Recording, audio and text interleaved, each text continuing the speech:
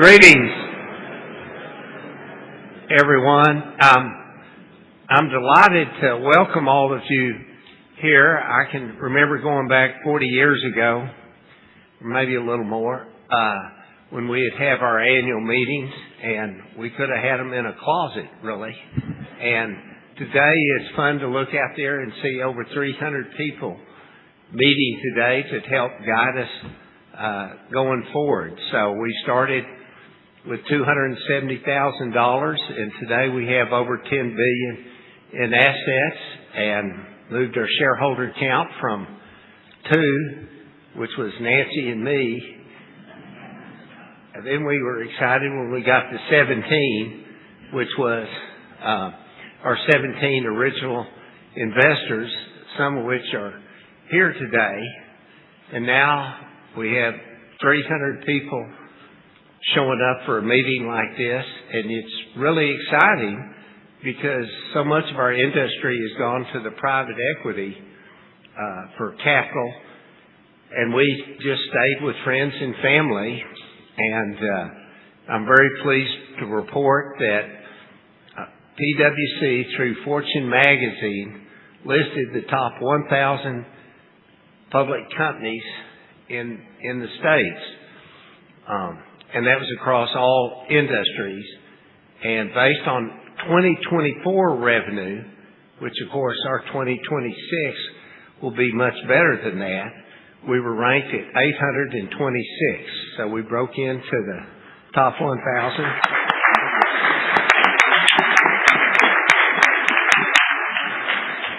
And the Dallas Morning News said we were number 1 in revenue per employee across all industries too. So moving in the right direction, and we were a top 10 producer in New Mexico. And it's very exciting, again, because we look around the room, everybody knows some people in here, and we've done this together, everybody pushing on the rock. So I want to welcome everybody officially to the 2026 Annual Meeting of Shareholders of Matador Resources and call the meeting to order. As I indicated, I'm Joe Foran, founder, chairman of the board, directors, and chief executive officer. Y'all probably all know that except for my 2 sisters who are here today.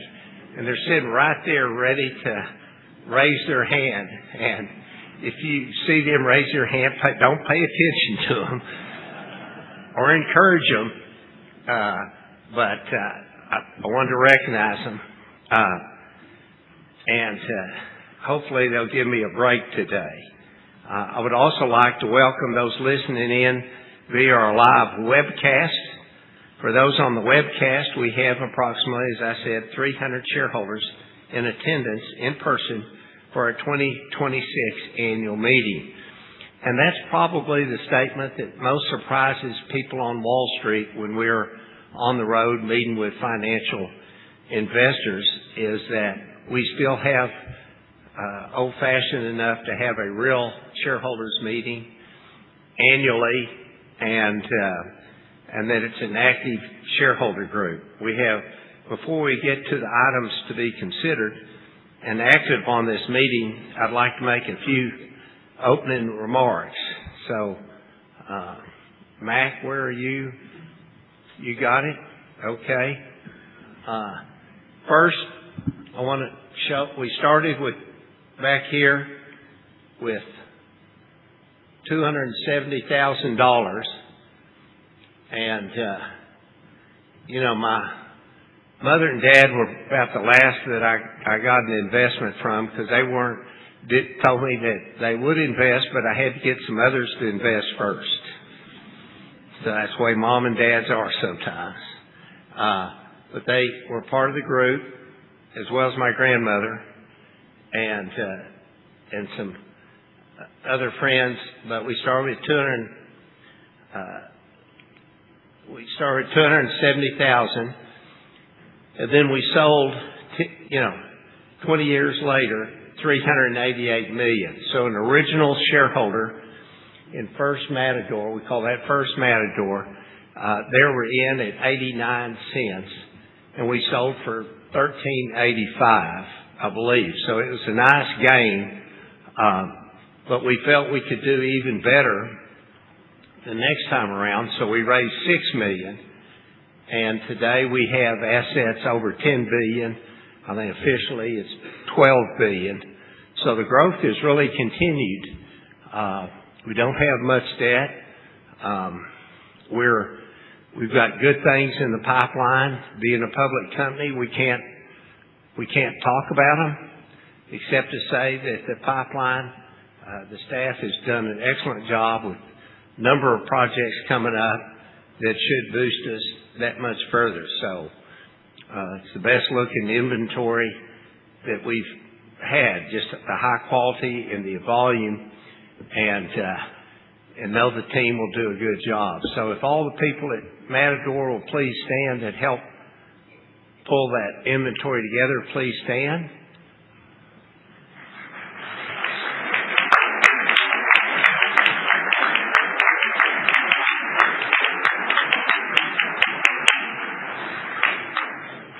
Now, I want you to know they're not just people coming to collect checks. In this last open period alone, that we had over 90, almost 100 staffers buy stock. None sold, but close to 100 people on staff bought stock. So they're not just talking about it, they're putting their money where their mouth is. And when we're on the road visiting with financial investors, they're just amazed that we're having that kind of participation, because most companies don't enjoy that. But our group has gotten out there, and we feel pretty optimistic, and looking forward to being here next year to report on that progress. So we went, and here's the story of this Matador, is that in 2017, after we were underway for a little bit, we were beginning to accumulate some positions in the Delaware out there. And then 5 years later, we had 129,000 acres. And today, 3 years later, we've got 212,000 acres in the very best parts of the Delaware. So that outlook just alone on the acreage. And Greg Krug helped lead the effort to start a midstream business, because there were a lot of people having problems in the Delaware getting their gas to market. So to assure flow assurance, we kept building on, and now we're at a point where we're going to be all around the basin, in the best part of the basin, ready to take our gas to market to be sure it gets there, but other people's too, and it's a profitable investor. So all the people associated with the midstream company, please stand. These guys have done a great job.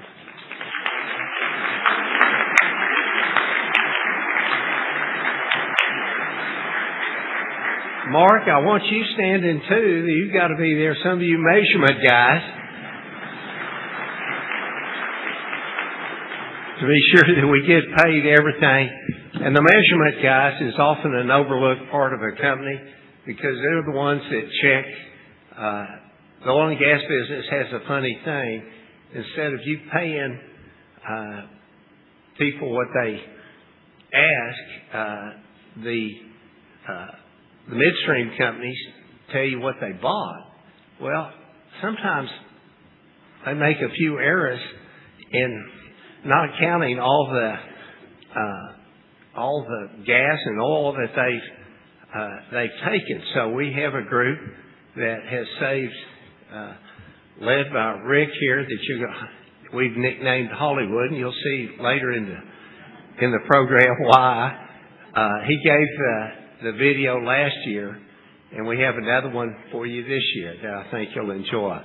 But they've recovered, it's in the million to $40 million range they've recovered additional money for gas that was taken but not yet paid for. So it's a tedious process in a way, but as you know, that's real money and very much helps. So thank you, Rick.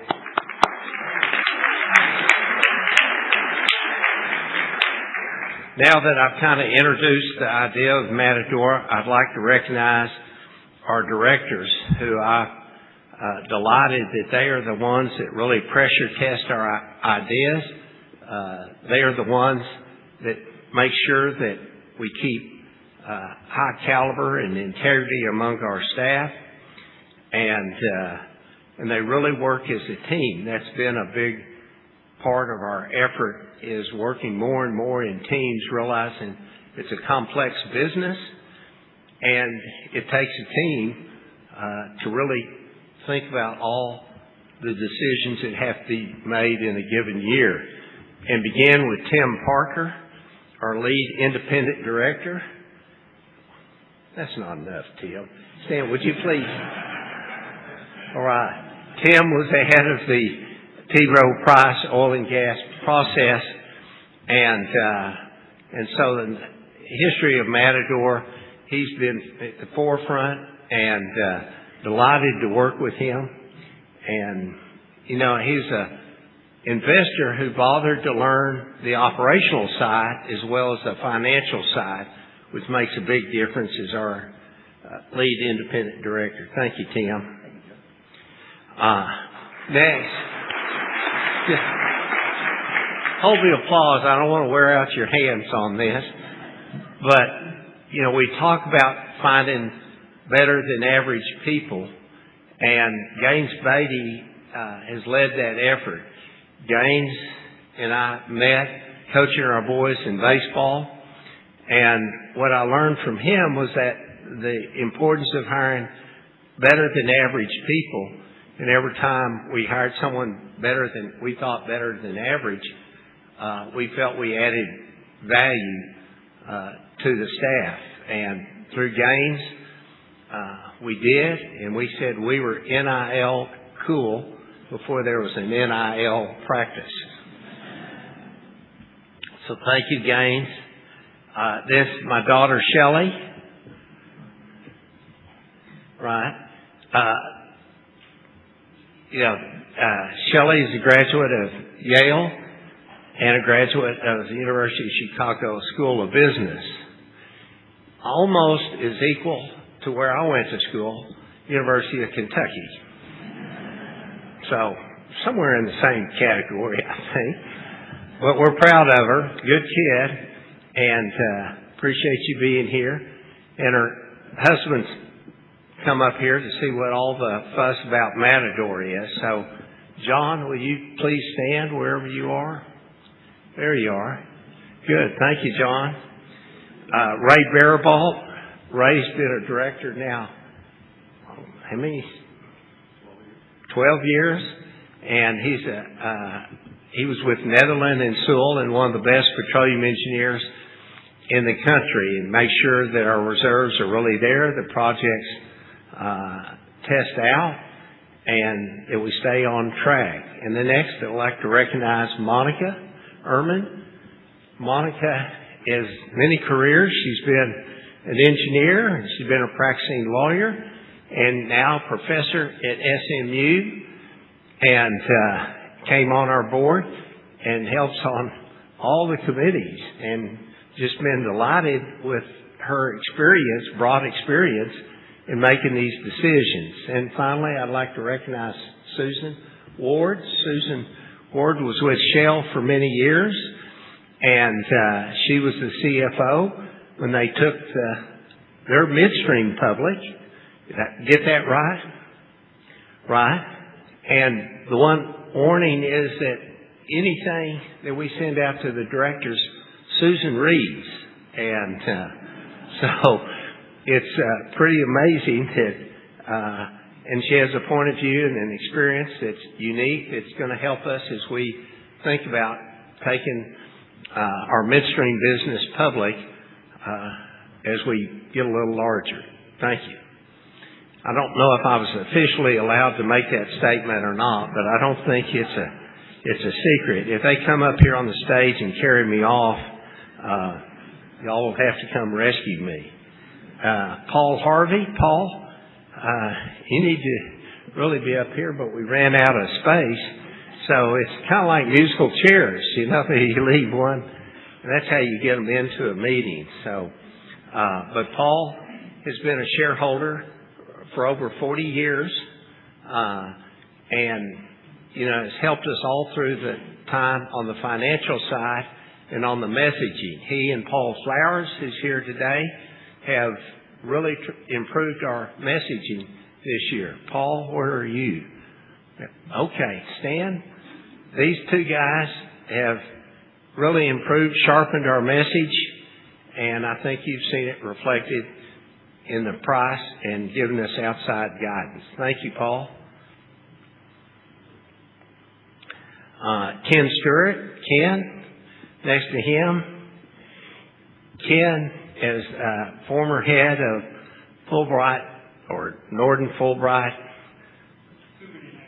Too many. But anyway, he's the lawyer that signed all the papers, published all the papers to make us this corporation today. So when we started back there in 2003, you filed the incorporation papers and were ready to take first Matador public, except we filed all the papers necessary to go public, except it happened to be on September 10 of all days. And the next morning as we woke up and were leaving to go on our chartered flight, we watched the planes fly into the building and knew the world had changed. But Ken was nice enough to stay with us and help us file the papers that lead us to be in public, this Matador, and whatever else we need. He's been the player that plays all the positions. Thank you, Ken.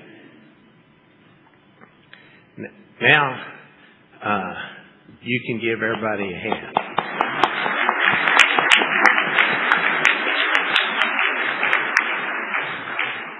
All right. Now I'd like to invite our co-presidents, Van Singleton and Brian Ehrman, to introduce our officers and staff. Van and Brian.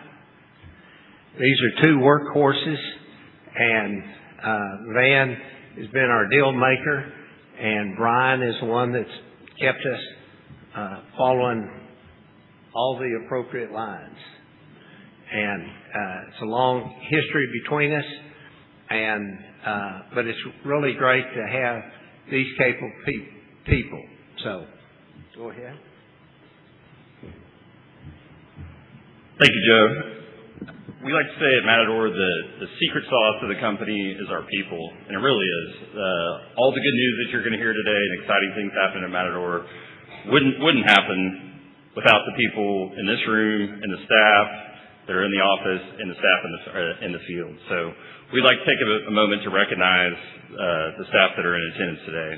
So we'll start with our executive vice presidents. If our EVPs would all stand, please.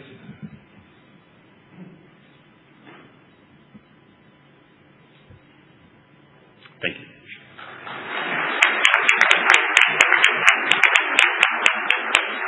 Next, if we could get all of our senior vice presidents to stand.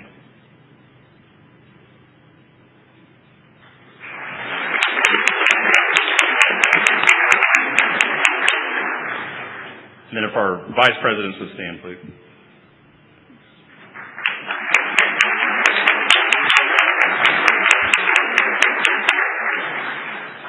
And last but certainly not least, if all the staff that's in attendance could stand for us.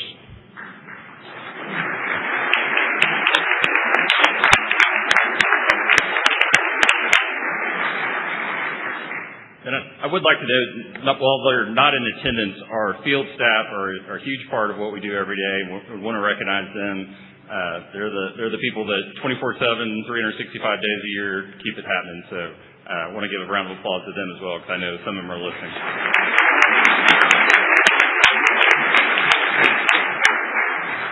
Now I'd like to invite one of our directors, Shelley Appel, to introduce a few of the special guests in attendance today.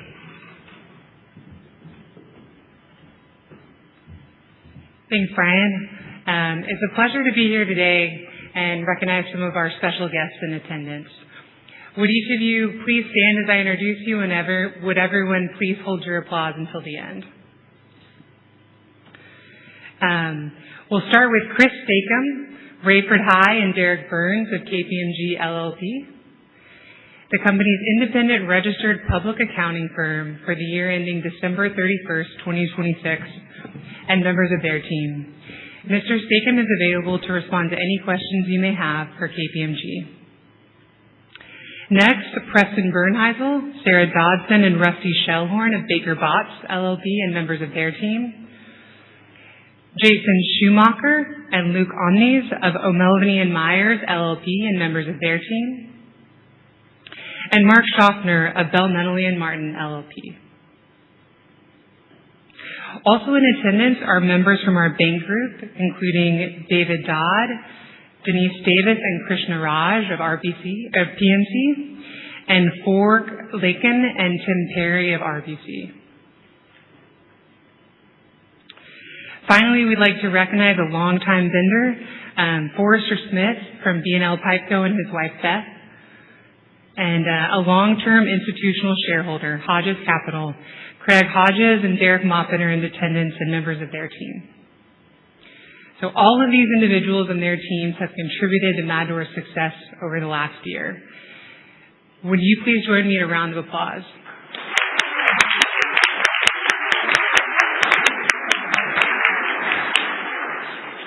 And now I'd like to turn it back over to Joe.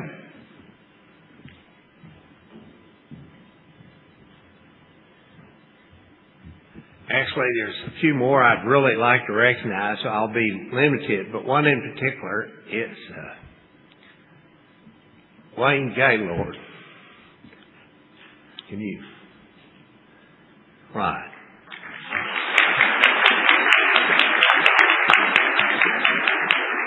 Right. And Wayne was an officer at one of the banks here, and they were considering an investment, and there was some challenge from the people above, and Wayne put his job on the line, told them to invest. He did, and it was a lift because we were at $270,000 in capital, and he doubled that to $300,000. So thank you, Wayne.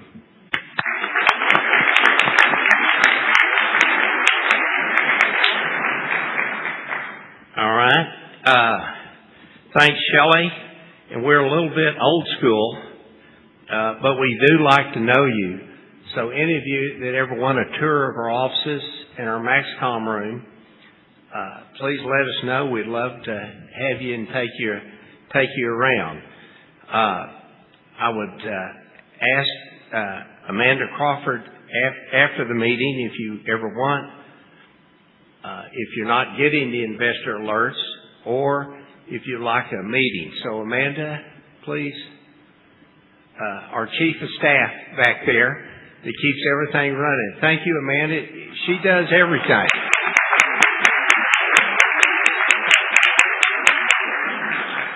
Now I'd like to ask Brian to return to the podium and lead the business portion of this meeting.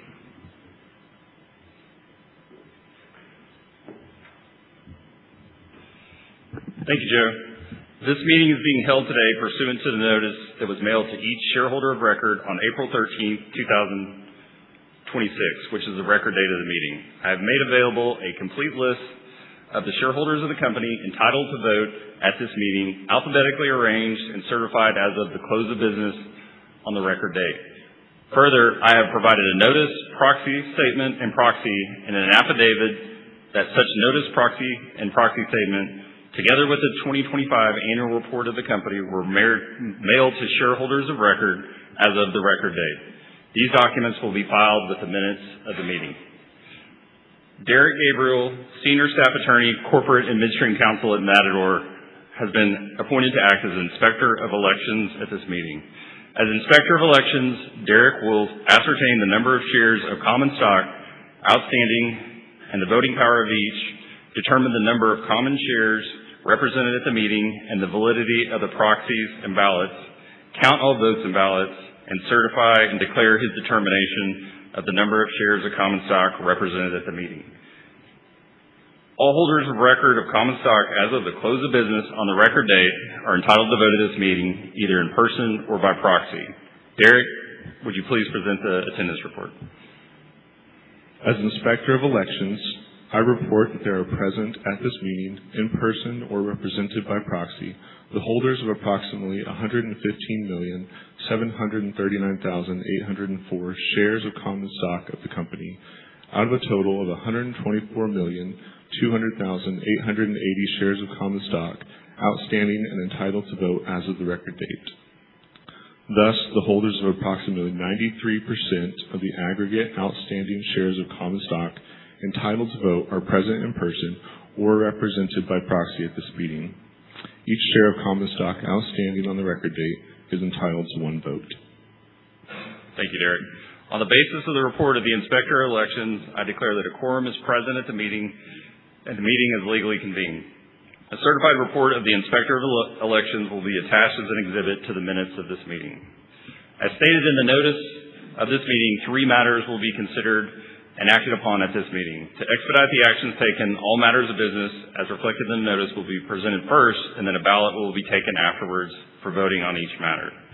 The 3 orders of business for consideration at today's meeting are as follows: the election of 3 directors to our board of directors, the approval of a non-binding advisory vote to approve the 2025 compensation program of our named executive officers, also known as Say on Pay, and the ratification and appointment of KPMG LLP as the company's independent registered public accounting firm for the year ended December 31st, 2026. Speaking on behalf of the Board of Directors, we recommend that you vote for the election of the 3 director nominees and for the 2 additional proposals being considered at today's meeting. I would now like to ask Director Monica Ehrman to introduce the director nominees for this meeting. Hi, good morning, everyone. Thank you, Brian. Our directors serve staggered 3-year terms and are grouped in Class 1, Class 2, and Class 3 directors. The reason for the staggered terms is for the directors to get to know the key members of the staff and the other members of the board and to visit facilities in the field and to further educate them in the business. The Class 3 board nominees to be considered at this shareholder meeting are Joseph Foran, Raynald Baribault, and Timothy Parker. But in the true sense of the Matador family, we know them simply as Joe, Ray, and Tim. Mr. Foran founded Matador Resources Company in July 2003, and since our founding has served as chairman of the board and chief executive officer. He is also chair of the board's executive committee. Mr. Foran began his career as an oil and gas independent in 1983, with he and his brilliant wife Nancy, co-founder, founded Foran Oil Company with $270,000 in contributed capital from 17 of his closest friends and neighbors. The impact of that contribution lives through till today, as we've heard in Mr. Foran's remarks. Today, Matador is one of the top 20 exploration and production companies in the country by market cap, listed in Fortune's top 1,000 companies in the U.S. by revenue, and one of the top 10 oil and gas producers in New Mexico. As the founder, chairman of the board, and chief executive officer of Matador Resources Company, Mr. Foran provides board leadership, industry experience, and long relationships with many of our shareholders. Mr. Baribault was elected to the board in 2014 and is chair of the board's Operations and Engineering Committee and Prospect Committee. He served as lead independent director of the board from 2016 to 2019. In addition to co-founding North Plains Energy and NP Resources focused on the Williston Basin in North Dakota, he co-founded and serves as president and chief executive officer of IPR Energy Partners, LLC, a Plano, Texas-based oil and natural gas production operator with current operations in the Fort Worth Basin. Prior to co-founding North Plains Energy, NP Resources, and IPR Energy Partners, Mr. Baribault served as vice president, supervisor, and petroleum engineering consultant with Netherlands, Sewell & Associates. in their Dallas office from 1990 to 2002. Mr. Barebolt provides valuable insight to our board on our drilling, completions, and reservoir engineering operations, as well as growth strategies, midstream operations, and administration. Mr. Parker was appointed to the board in 2018. He serves as lead independent director and as chair of the board's Capital Markets and Finance Committee. Mr. Parker currently serves as a contractor in charge of research for Brightworks Wealth Management, LLC. Mr. Parker retired in 2017 as portfolio manager and analyst, Natural Resources Group for T. Rowe Price and Associates. He managed the New Era Fund from 2010 to 2013 and managed the energy and natural resources positions of T. Rowe Price's small cap value, small cap stock, and New Horizons funds from 2013 to 2017. Mr. Parker's extensive experience with a large institutional shareholder and his familiarity with the capital markets and oil and gas industry provide the company with valuable insight. I'll say that it has been a privilege to work with and learn from these three talented individuals. More information with respect to the qualifications of each nominee is included in your proxy statement. The Board of Directors recommends that you vote for each nominee. Now I'd like to turn the time over to Gaines Beatty, Chair of Strategic Planning and Compensation Committee, to discuss the next proposal.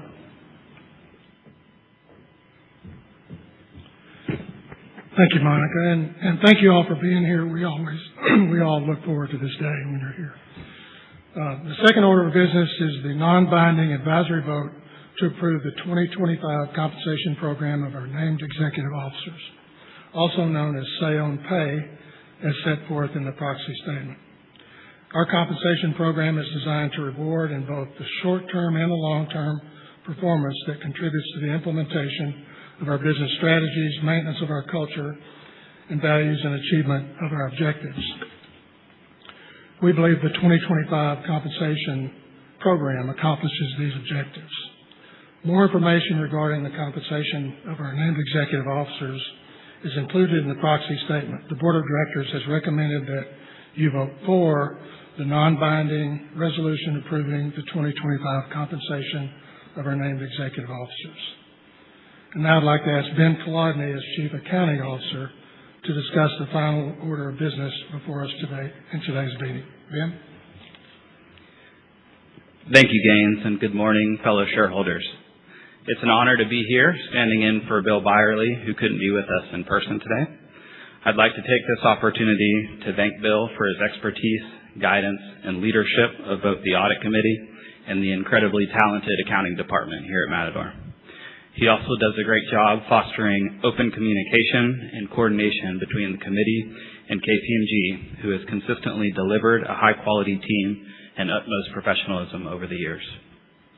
The final proposal before us today is the ratification of the appointment of KPMG as the company's independent registered public accounting firm.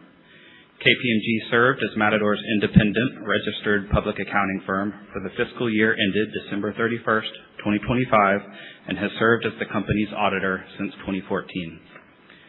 The Audit Committee of the Board of Directors has appointed KPMG as Matador's independent registered public accounting firm for the fiscal year ending December 31st, 2026. In turn, the Board of Directors has directed that such appointment be submitted to our shareholders for ratification at this meeting. Further information about the services provided by KPMG is set forth in the proxy statement. The Board of Directors recommends that you vote for the ratification of KPMG as the company's independent registered public accounting firm for the year ending December 31st, 2026. I will now turn the meeting back to Joe Foran, our Chairman of the Board of Directors and Chief Executive Officer.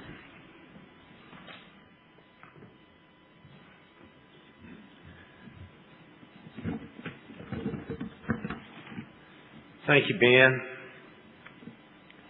On behalf of everyone on the board and the Matador staff, we thank you for the rigor and expertise that you bring to the accounting department.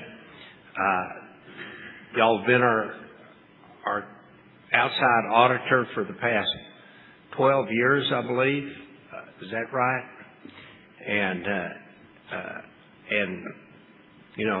Derek here, who's going to be taking over that, started out, we were one of his first assignments, and it's nice to see they're trusting you with larger and larger assignments. So it's a group that knows their company well and has responded when questions have ever come up, and we appreciate all the extra work. And the vote on them, of course, and Monica and Gaines, we greatly appreciate all your hard work and expertise in your board and committee assignments, as well as your support for the senior staff in carrying out their tasks, duties, and leadership responsibilities. So the three orders of business are election of 3 directors, non-binding vote on the 2025 compensation program, and the ratification of the appointment of KPMG as the company's independent registered public accounting firm for the year ending December 31, 2026. We will now distribute ballots to any shareholders present who wish to vote in person. Votes and ballots should be cast at this time only if you have not previously given a proxy, if you've revoked a proxy previously given by you, or if you are now revoking a proxy vote previously cast by you. If your stock is held in a brokerage account, in order to vote this time, you must first provide us with a legal proxy that would have been given to you by your broker, granting you the right to vote that stock. If under these circumstances you now desire a ballot, please raise your hand and we'll provide you with one. Seeing no hands in the air, we will finish voting with the Inspector of Elections now to work on the ballots and give a report on the outcome. I am pleased to report that each of the nominees for director has been elected to the board, as each nominee has received at least 95 million votes, or approximately 87%, which constitutes a majority of the votes cast by the shareholders present in person or represented by proxy at this meeting and entitled to vote on the election of directors. The second motion regarding the non-binding resolution approving the compensation of our named executive officers has received a favorable vote of 105,024,470 votes, or approximately 96%, which constitutes a majority of the shares present in person or represented by proxy at this meeting and entitled to vote on this matter. Finally, the third motion ratifying the selection of KPMG LLP as the company's independent registered public accounting firm for the year ending December 31st, 2026, has received a favorable vote of 114,318,225 votes, or approximately 99%, which constitutes a majority of the shares present in person or represented by proxy at this meeting and entitled to vote on this matter. Therefore, each of the director nominees and the proposals voted upon today, as described in the proxy statement, has, consistent with the recommendations of the board of directors, been approved by the shareholders and will be recorded as such in the minutes of this meeting. We remind our shareholders and other stakeholders that specific information regarding the number of votes cast for or against each proposal will be included in our current report on Form 8-K that will be filed with the Securities and Exchange Commission in the days following this meeting. Thank you, Derek. This completes the scheduled items of business to be conducted at this meeting, and wish to thank all of you shareholders, either voting in here or by proxy, that we're humbled by the vote count, 99%. We couldn't match you as the auditors. There was a lot of confidence expressed in that, but over 90% voting for the directors, and it was some of the highest vote totals voting yes that we've had in years past. And we appreciate that support, and we do not take it lightly. Just before adjournment, there were a few people that we needed to recognize. they don't fit nicely in the categories, but one of our original 17 investors, Bob Pickard, is here today. And we'd like Bob to stand up, and y'all know him. We call him the brave soul, because we didn't know what we were doing at that time.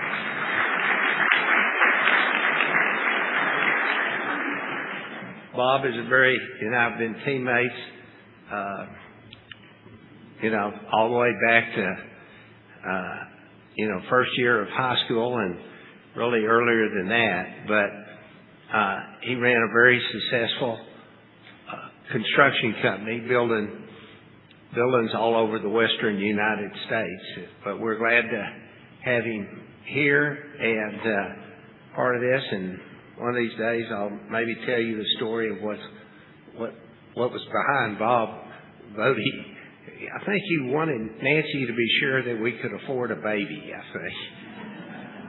So then since I mentioned Nancy again, I do want Nancy to stand, and my co-founder. Wow.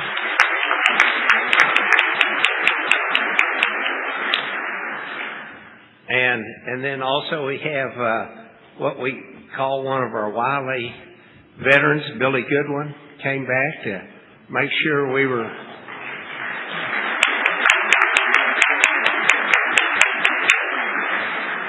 keeping the drill bit going to the right and really increase the professionalization of our operating staff, and been a key friend and executive with us for 10 years or more. And Billy, good to have you back here. And then thanks again on the vote count. We appreciate it, and we don't take that lightly. Now, before going any further on the company update, I'd like to share a video that Rick Alexander, our Executive Vice President of Measurement, made for us about Matador. You may remember the slides he did last year accompanied with music. And as I understand it, the drum beat that you may hear in this movie is really Rick back there adding some sound effects. Is that true? All right. Rick, please stand up and be recognized. And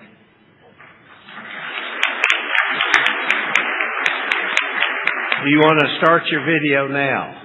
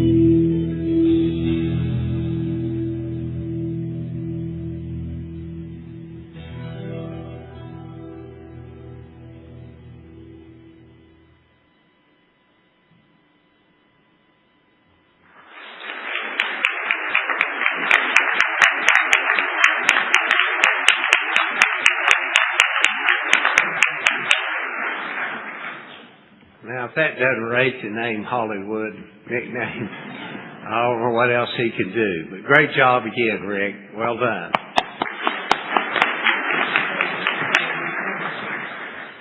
All right. Tim Parker.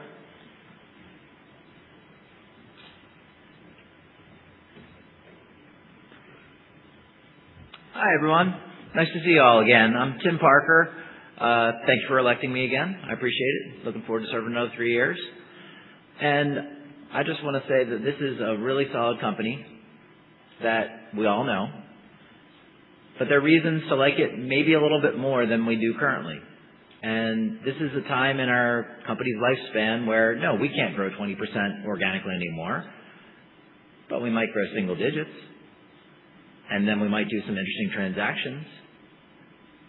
You know, we did that with a lease sale recently. We're looking at things to do with midstream, catalyze some value there. We're finally going to get out of Waha pricing next year. You know, that we're going to take all our gas east on pipeline options, and we'll know what it costs to get over there and not be worried that Waha will be negative as it's been for much of the start of this year. The fact that we have this strong inventory in an industry that is increasingly short on inventory shouldn't be overlooked either. You know, so it's too simple to say we have 210,000 acres. So many of these acres have multiple targets under each acre. So it's actually many more locations than you would think under this acreage. This gives us easily 10 to 15 years of inventory, probably more than that, more than we need. I think that will become increasingly valuable over time because the basin is maturing. Not for us necessarily, but for many of our peers. So I don't think investors fully recognize the value that we can generate from our assets. And I would also call your attention to Q1 results and keep an eye out for Q2 results because the well outperformance of new wells has been excellent. You don't always see this, and it's hard to do because we don't try to under forecast wells. We try to put a good number on the page, and yet we're outperforming that, particularly in these wells we've drilled in the last few quarters. And so I think we have good reason to feel like production will be strong and oily for the balance of this year. Also, you've heard us talk about our balance sheet. We took on a little bit of debt for the lease sale recently. We hope to pay it off in a year or so. Our goal is to keep our debt to EBITDA, the kind of cash flow, to about 1 times in normal situations so that we can flex up for something like an acquisition or the lease sale and then bring that back down to a manageable level of debt. We want to be prepared for the inevitable fall in commodity prices. They may be high today for oil, but nothing lasts forever. Finally, I'll note that we pay a fixed dividend, and we've been increasing it sharply the last several years. We plan to keep increasing our fixed dividend. This is one of the uses of our free cash flow. We may not grow as fast as we used to, but we pay a dividend now. We hope you appreciate it. We're at a time in the market right now that companies like Matador are not as appreciated as other more financially levered companies. Financially levered companies in energy need this high oil price to survive, and so those stocks are the ones investors tend to focus on. We're going to survive to the other side no matter what. We're the sort of companies that will, do things to enhance our value over this year and the years to come, and that will generate value for our shareholders, but we may not be the favorites today. And that's because for all the good things we do as a company, and everybody in the audience here that does these good things, makes good decisions, that turns these assets into cash flow, all we can do is control our decisions. Make the right decisions, do the right thing, make the right transactions. One day the market's going to figure it out. You just can't overthink it. Sometimes the market likes you, sometimes the market doesn't, but cash flow will catch people's eyes eventually. So we keep growing our cash flow, keep generating value. We're going to keep climbing the mountain. Thank you very much.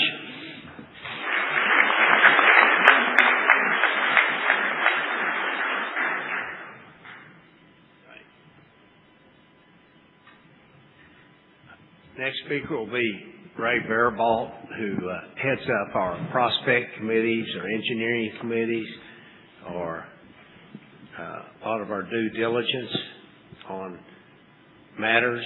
and was formerly with Netherland and Sewell.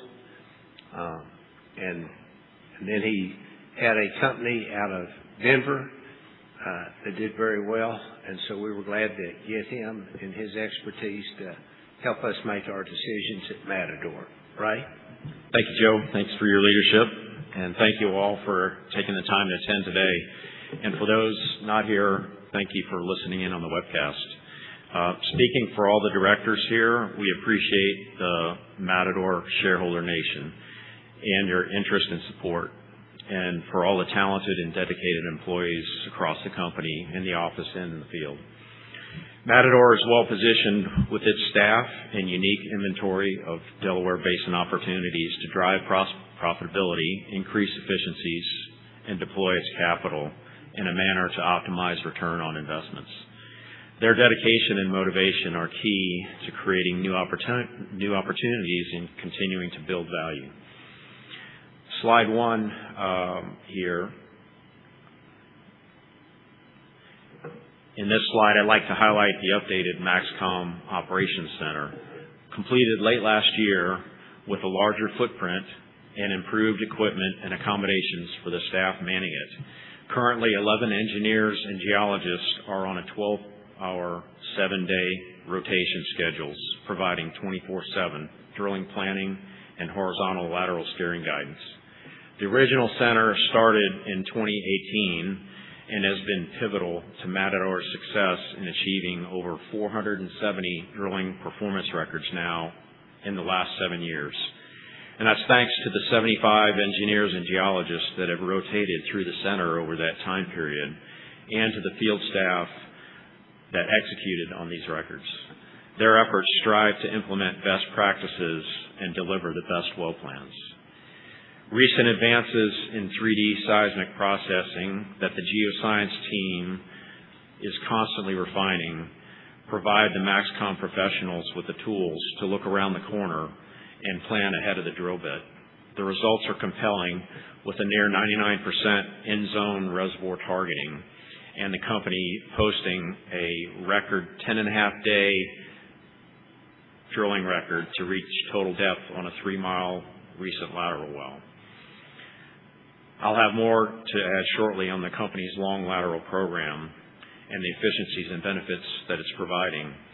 To date, Matador has drilled 34 wells with 3-mile lateral lengths or longer, in an average in 2026 of 15.5 days from spud to total depth, which is impressive. And as well, the teams have drilled 32 U-turn lateral wells, with 2 of them recently being 3 miles in length. On the next slide, I'd like to highlight here the location of Matador's acreage that you're familiar looking at, and as well the tracks in green are noting the added BLM acreage from the recent BLM sale in the Ranger and Antelope Ridge areas of the company's assets.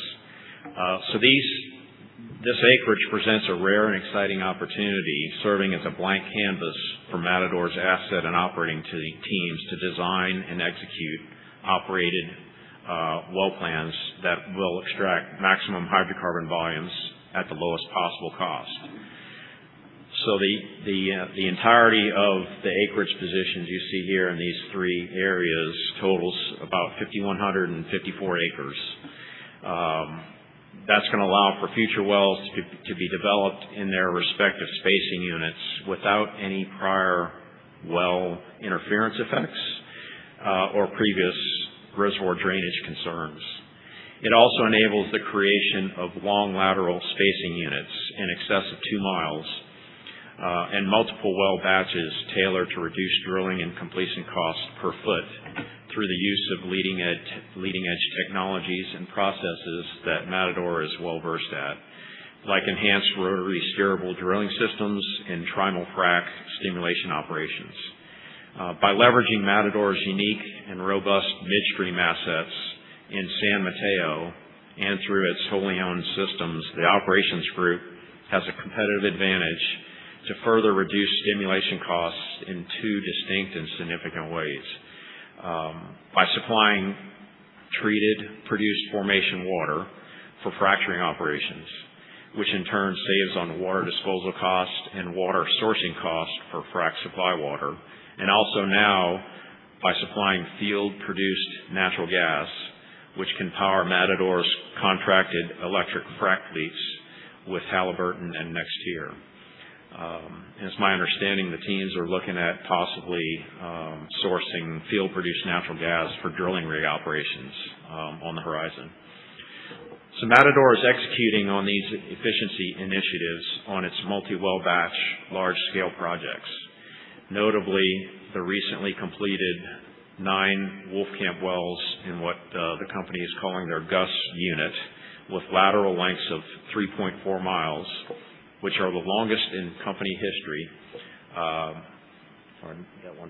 That Gus unit being this tract acreage down here on the Texas-New Mexico border. So some of the longest laterals drilled to date in New Mexico, these 9 wells with total measured depths in the 30,000-foot range. So we're here sitting in Hilton Lincoln Plaza, just across from the Galleria. So drilling 30,000 feet total measured depth and length is the equivalent of spudding your well here where we sit today and drilling to Dallas Love Field. So the teams are doing that day in and day out and successfully doing it and hitting reservoir targets that range from 10 feet to 30 feet in thickness for near 6 miles. That's impressive. The next slide, I'll hone in on an aerial of this Gus federal unit for the frac operations that were completed earlier this year on this pad. So this slide shows NexTier's hybrid electric frac fleet equipment with a 35 megawatt turbine for power generation, that being this part of the operation here. So NexTier is Patterson's well completions business unit. So between NexTier and Halliburton, those 2 contractors are stimulating all of Matador's wells. So this setup illustrates a remote trimul-frac operation for a 7-well batch stimulation. So there are 4 wells on this main Gus pad, and if you can see these different colored frac stacks, red, yellow, there's a blue and a white. Those are conveniently color-coded for unambiguous operations to continue on this tight pad. So in addition, off to the right, these lines you see on the surface are 5.5-inch steel casing lines that connect this fleet to another Gus pad within the spacing unit, where 3 additional wells approximately a quarter mile away are also being simultaneously fracture stimulated. So recall in a trimul-frac operation, 3 of the wells are being simultaneously fracked at once, while the alternate 3 wells are undergoing wireline perforating operations. So in this foreground, this crane equipment is in the process of the perforating operations on one of the 4 wells you see here.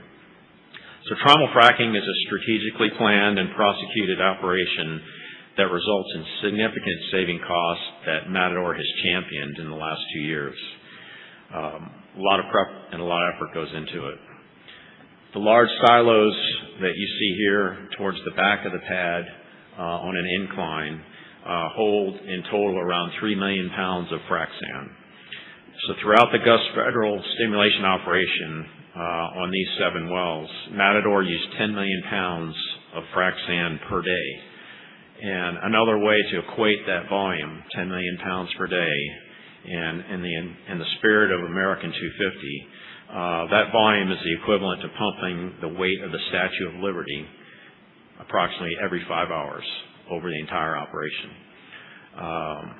The 2 large cylindrical tanks that you see in the back are holding 20,000 barrels, 10,000 barrels each, or approximately 850,000 gallons of treated produced water from Matador's operated recycling facility nearby.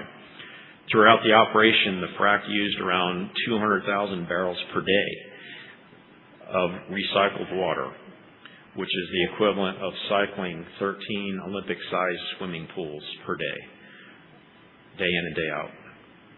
And on this pad, there's 70,000 hydraulic horsepower of equipment, and that's equivalent to stacking 100 Formula One cars on one pad to deliver the power and the necessary horsepower to complete this operation.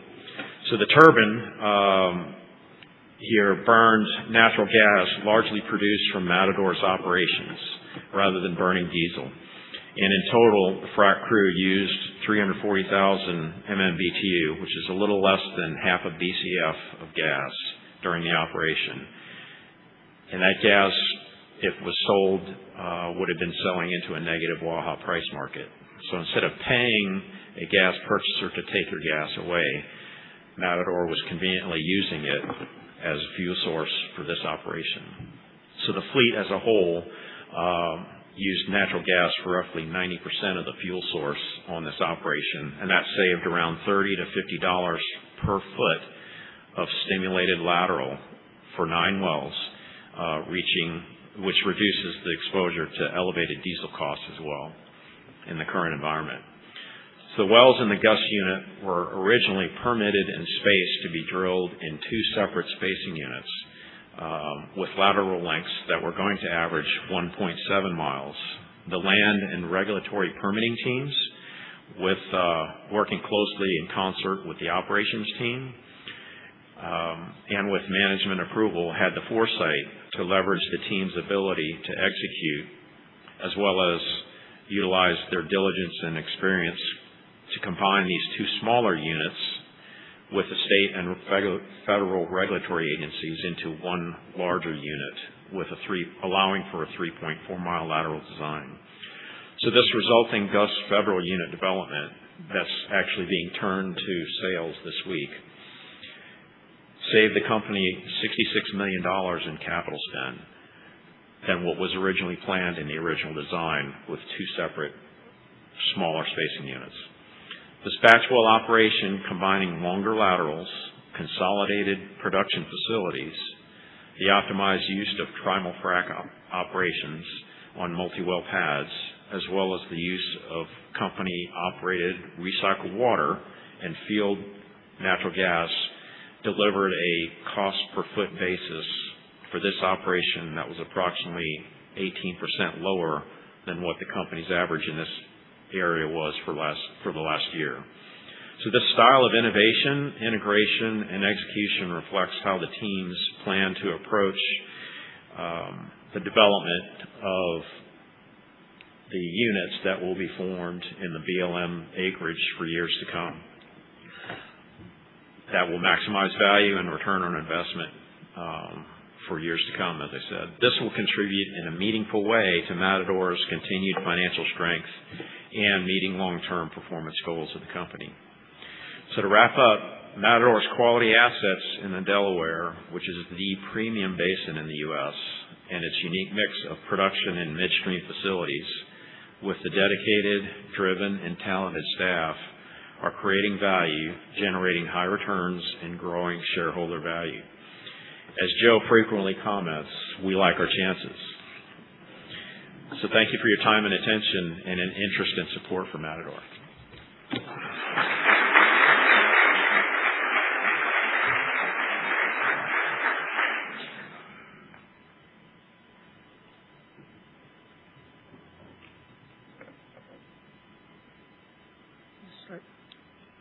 Great job.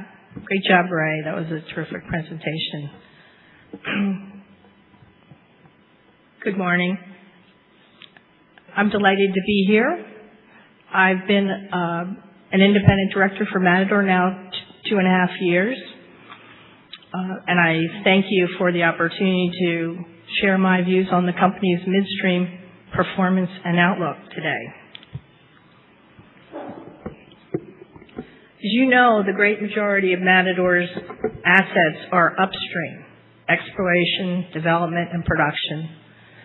That has been and continues to be the major focus of the company throughout its 20-year history. Midstream assets include pipelines for oil gas and water, gas processing plants, and water disposal wells and related operations.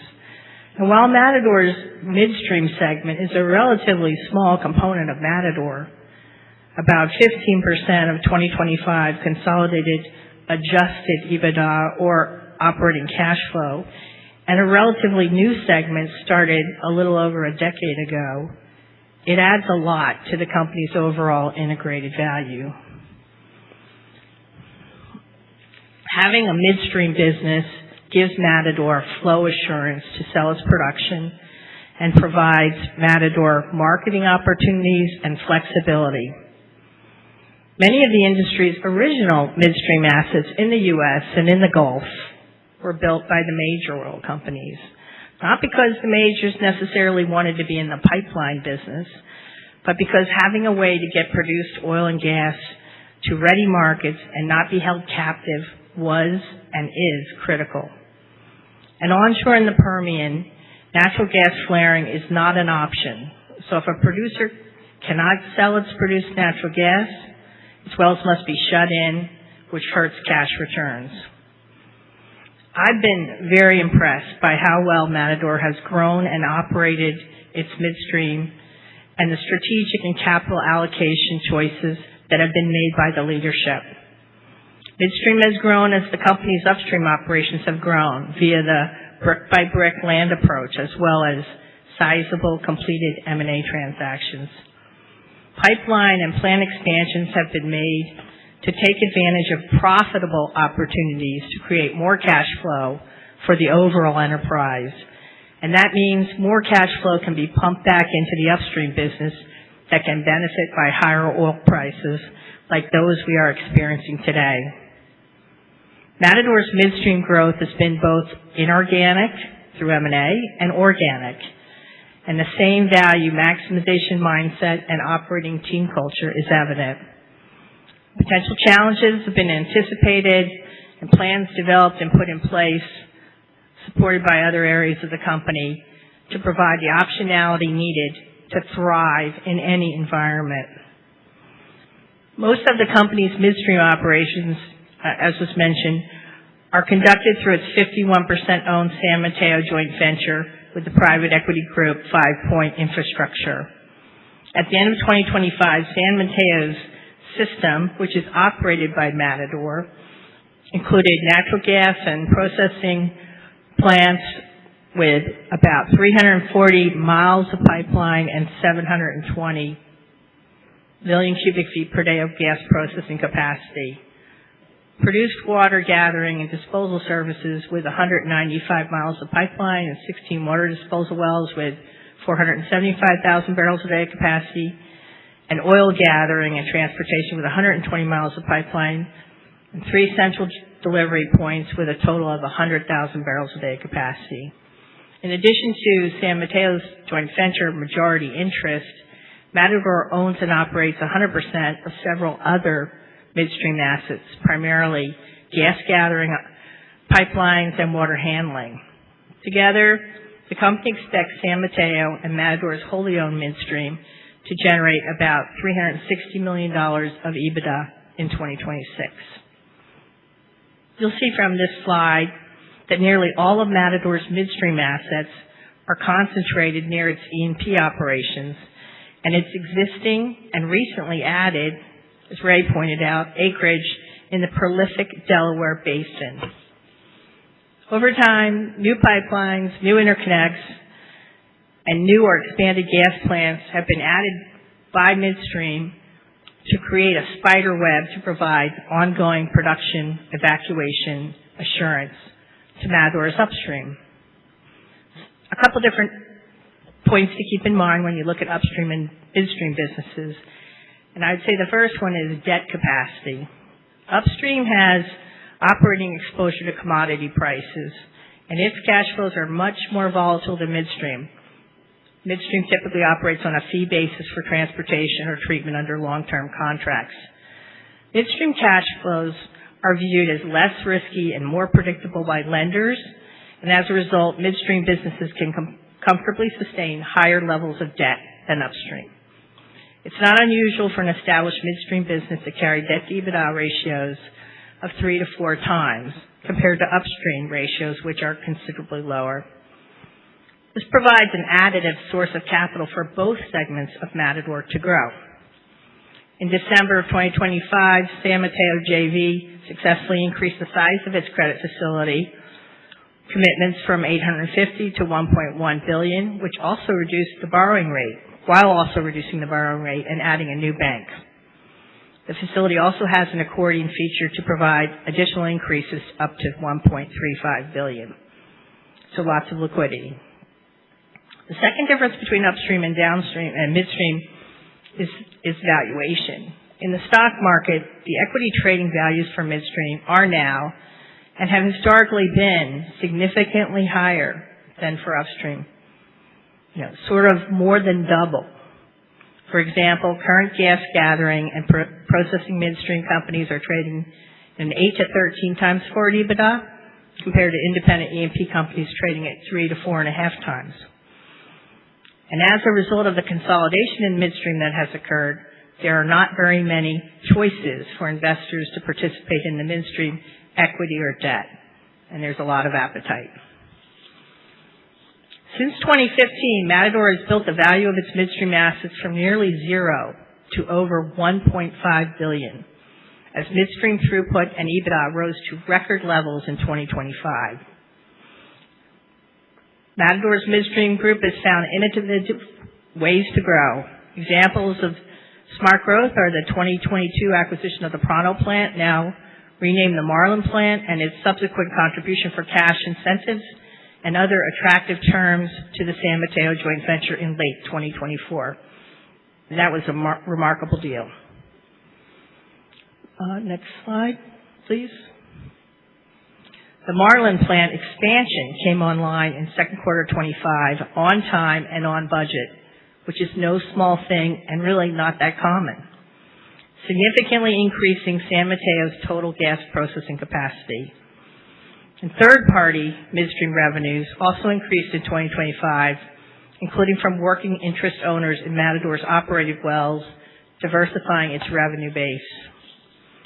There are many advantages for Matador to own and operate an embedded, integrated midstream business. First, flow assurance for it and its other customers' equity production.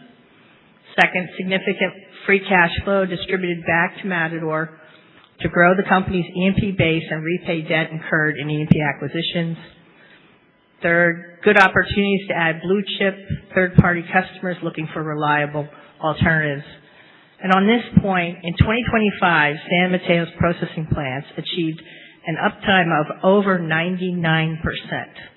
That's right, 99%. The rest of the basin's operators were in the 80s. And as Todd pointed out to me today, and sometimes during periods of bad weather or other incidents, there was a 20% improvement in Matador over the others. And that's due to the fact that during periods of bad weather and temporary shutdowns of others' midstream facilities, our staff are incredibly dedicated and customer-focused. And fourth, the added potential to raise capital to use from new sources. Matador continues to carefully evaluate a wide range of strategic options to create additional value for you, our shareholders, in light of the recent positive developments of the company and in the sector. So all I can say is it's exciting times. I have the benefit to participate in the board meetings as well as being chair of the Marketing and Midstream Committee. And what's impressed me the most is the outward-looking perspective maintained by the midstream leaders and staff. Like all exceptional teams, they seek to recognize situations and market patterns that can create tailwinds or headwinds and move nimbly to anticipate and take advantage. Each person brings a unique perspective to help create value. All the teams bring an integrated approach, knowing success will need coordinated involvement from several different functions ranging from midstream construction and operation, production, marketing, measurement, and commercial deal making. I've spent much of my career at Shell in the sector and Matador's focus on efficient teamwork and continuous improvement has been among the very best I've seen in the build-up and operation of a safe and outstanding value-added midstream business. Thank you for your time and interest, and now I'm going to introduce Joe Ferran, Founder, Chairman, and CEO, and Chris Calvert, CFO, to give you a financial update.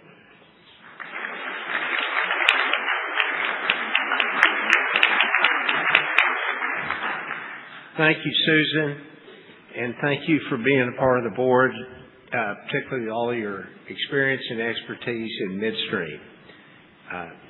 It fulfills a vital role, and I'd like to introduce now Chris Calvert, who is our CFO and formerly Chief Operating Officer. Chris? Thank you, Joe. And I actually get a little sentimental. Watson Ray's presentation of all the amazing things the operations team is doing and continues to do, but I think Glenn Stetson, recognized as the new Chief Operating Officer, I think you will still see a lot of amazing things to come out of that group. Moving forward, if I can get my clicker to work here, or Mac can help me. We've seen this slide. A lot of great metrics on this slide, a lot of growth, a lot of managed growth, maintaining a strong balance sheet. But one thing I'd like to focus on, really what's behind this slide. If you look at acreage, we have over 212,000 net acres in the basin that's been built, from really a small position back in the very beginning. What's not on here, Ray talked about the federal lease sale of over 5,000 net acres that were acquired in a very strategic manner, in a manner that has San Mateo connectivity that allowed us to ascribe value to this deal from a San Mateo perspective. Very contiguous, like Ray said, a lot of potential operational efficiencies that come with that, and potential reserves that are not accounted for in our numbers. On top of that, we've previously disclosed that Matador has been the first operator to explore a Woodford test in the state of New Mexico. And while drilling completion operations have been done on this well, we are in early time. We're excited what we see, but once again, none of these results, no reserves have been added, no inventory has been ascribed to this potential upside from a Woodford test. Susan just mentioned the benefits of San Mateo. We have 900 millions of pipe that, like we said, was grown from nothing. And I think what is behind this slide, and Susan just touched on it, is the uptime from the operations excellence that we have in the field. You hear Joe, he has said kind of the anecdote of people sleeping in trucks and working through winter. What I would encourage you all to do after we break, we have a lot of staff here, take time to listen and talk to them. Hear their sleeping in the truck stories, because I think every single person, as I look into the crowd, we all have one. And I think that's something that's very unique to Matador. When you think through the idea of sleeping in trucks, it's a cultural idea that Brian Ehrman talked about. It's something that comes from Joe, from Van, from Billy Goodwin, that we live every day. And I think back, it wasn't very long ago, although I think, the gray hairs tell a different story, but I think when I started my career, it was Cliff Humphreys and I, who heads up the completions group, to where we met, we bonded. It was the sleepless nights fracking the first wells in southeast New Mexico, where it would be 2 a.m, and we would be in a frac van solving problems, learning efficiencies. And so I would encourage you to reach out and talk to the staff, because it's not an anecdote. It's not a one-time thing to where we were sleeping in trucks to provide uptime during a winter storm. It's something that we live by. And I think, Billy, you will probably call us the spoiled generation that has Starlink and leather seats and internet, whereas I think for you it's probably, payphones and coins in Suriname or wherever it was. But I think, I hope Joe, Van, Billy, I hope you're proud of something that not only have you pushed, but it continues to be a part of the organization today. And so it's something that is behind all of these slides, all of these metrics, and so it's something that I think we're all very proud of. As you look forward, I'll see if I can get it. Keep pushing the button, Mac. Maybe you can help me. Here we go. What better way to highlight that belief, to live the culture? It is shareholder alignment, and that starts from the top. It works all the way down, like Joe said. 90 members of the staff. 90 members of the staff. That's almost, 20-25% of the staff with their own money are putting their money where their mouth is. They believe in the story. They believe in the culture. They believe in the future. And I think that's something that's unique to us, let alone the 90 people buying, you have the ESPP program that you spoke to. I think this slide in and of itself speaks. We go on the road a lot. Michael Frenzel, Mac, Hannah Rhodes, myself, to tell the story. And Joe and I have laughed. If you had to boil it down to one slide, this could potentially be it. You want to have a management team that is aligned with the story, that believes in what it is. And you look, this slide shows Form 4 reporters, board members, executive team, 0 sales, purchases in the green. All of our peers, not only in the red, but magnitudes below where we are. And so it would be very hard for us if we're on the road selling the stock, selling an idea, if we were on the other end of the scale on this spectrum, because it would be very hard to say, look, I don't have personal alignment with the shareholders. And I think for us, that's something that we can be very proud of. It's something that we look forward to. You heard Ray, Tim, Susan, Joe. We like the future. It's onward and upward. And so it's a story that we're very proud to tell. So I thank you guys for taking the time to come to this. Joe, I'll pass it back to you for closing remarks, but thank you guys for the time.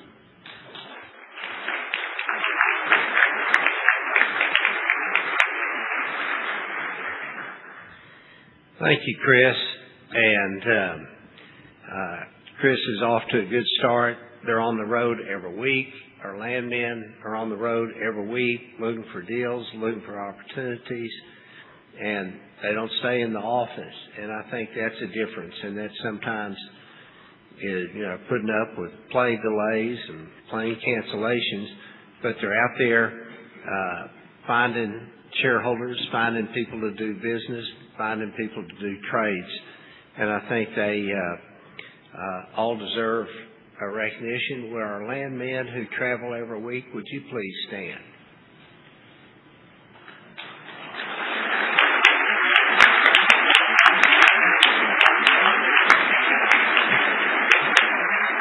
Now, would our engineers and geologists please stand who put together these prospects?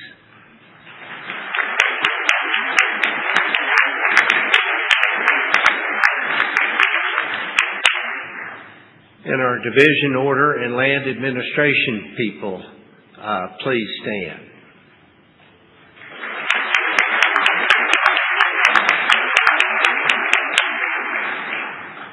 Right.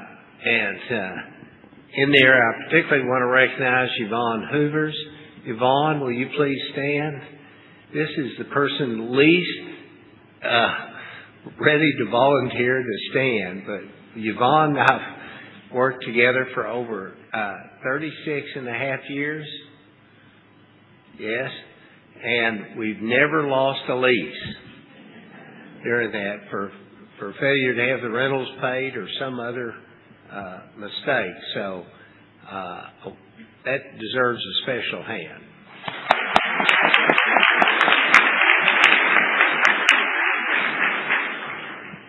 And if I've left out a group or accounting group, again, does a terrific job. So would the accounting group please stand?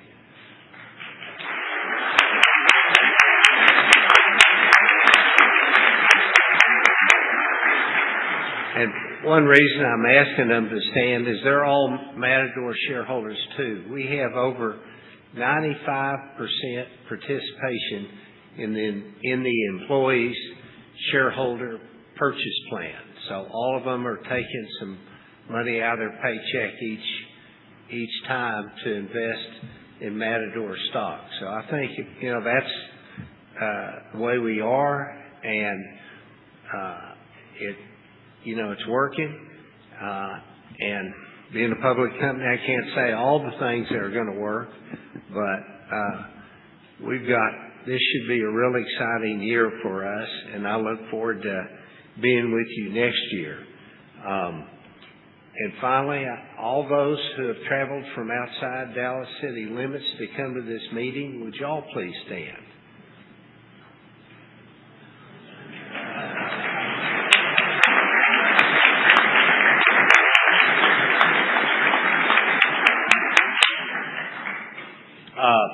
We'll be around, and again, we're open. If y'all want to visit Matador sometime, please do so. And if you've got young kids and they're in Cub Scouts or Girl Scouts and want to have a tour, we'll accommodate them too. We're always looking for future shareholders. With that, unless there's a motion from the floor, that concludes the meeting. Anything else? Motion been made, seconded. Hearing no discussion, move to immediate vote. All those in favor say aye. All right, motion carries. And I just ask all of you to think about coming back next year for the meeting and seeing the fruits of what you've seen up here. Everything from what Chris was outlining, we were doing drilling, and from Hollywood. I'm looking forward to his video again. But it's just a great feeling of camaraderie, everybody pitching together, and we think we have the best shareholder group.